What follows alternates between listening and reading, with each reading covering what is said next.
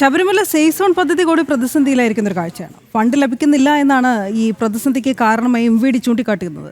ശബരിമല തീർത്ഥാടന പാതയിലെ അപകടങ്ങൾ കുറയ്ക്കാൻ MVD ആവിഷ്കരിച്ച പദ്ധതിയായിരുന്നു ഇത്.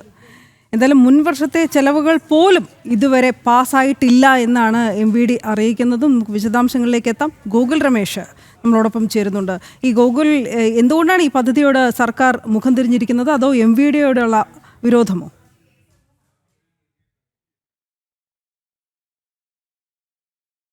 സർക്കാരിനുള്ളത് അതിന്റെ ഒരു തുടർച്ച എന്നോണം തന്നെയാണ് എന്തായാലും മോട്ടോർ വെഹിക്കിൾ ഡിപ്പാർട്ട്മെന്റിന്റെ ഈ സേഫ് സോൺ പദ്ധതിയോടും സർക്കാർ കാണിക്കുന്നത്. അതായത് ഈ പദ്ധതിക്ക് ആവശ്യമായിട്ടുള്ള ഫണ്ട് സർക്കാർ ഇനിയും അനുവദിച്ചു നൽകുന്നില്ല എന്നുള്ളതാണ് ഈ പദ്ധതിയുമായിട്ട് അടുപ്പമുള്ള വൃത്തങ്ങൾ നമ്മളോട് ഇപ്പോൾ അറിയിച്ചിരിക്കുന്നത്. പ്രധാനമായിട്ടും ഈ ശബരിമലയിലെ തീർത്ഥാടന കാലത്ത് ഈ തീർത്ഥാടന പാതയിൽ ഉണ്ടാകുന്ന വാഹന അപകടങ്ങൾ അത് പരമാവധി കുറയ്ക്കുന്നതിന് വേണ്ടിയിട്ട് മോട്ടോർ വെഹിക്കിൾ ഡിപ്പാർട്ട്മെന്റ് ആവിഷ്കരിച്ചിട്ടുള്ള ഒരു പദ്ധതിയാണ് സേഫ് സോൺ പദ്ധതി.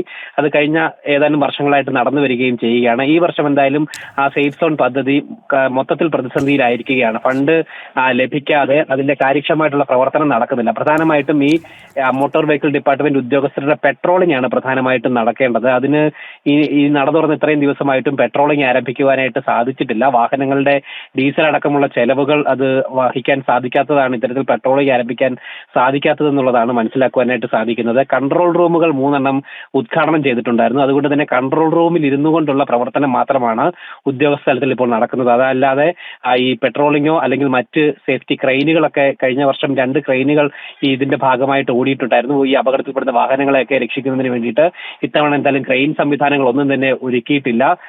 അതുകൂടാതെ മറ്റ് ഈ ജീവനക്കാരുടെ എണ്ണം അടക്കം വെട്ടിച്ചുരുക്കിയിട്ടുണ്ട്. സാധാരണഗതിയിൽ 90ഓളം ജീവനക്കാർ ഉണ്ടായിരുന്നു. ഡ്രൈവർമാരായിട്ടുള്ള ജീവനക്കാർ തന്നെ ഉണ്ടാകും.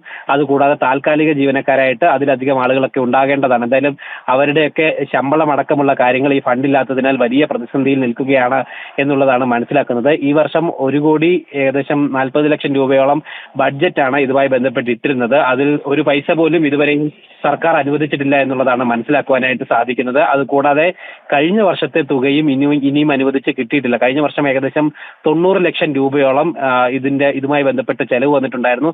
ആ പൈസ പോലും പാസ്സാക്കി നൽകാനായിട്ട് സർക്കാർ തയ്യാറായിട്ടില്ല എന്നുള്ളതാണ് ഈ MVD ഡിപ്പാർട്ട്മെന്റിലുള്ള വൃത്തങ്ങൾ അറിയിച്ചിരിക്കുന്നത്. എന്തായാലും ഇത്തവണ ഈ പദ്ധതി പൂർണ്ണമായിട്ടും പരാജയപ്പെടും, അല്ലെങ്കിൽ അത് വലിയ പ്രതിസന്ധിയിൽ തന്നെ തുടരുമെന്നുള്ള കാര്യത്തിൽ യാതൊരു സംശയവുമില്ല. ഇനിയും അതിന്റെ പ്രവർത്തനങ്ങൾ ആരംഭിക്കാനായിട്ട് സാധിച്ചിട്ടില്ല.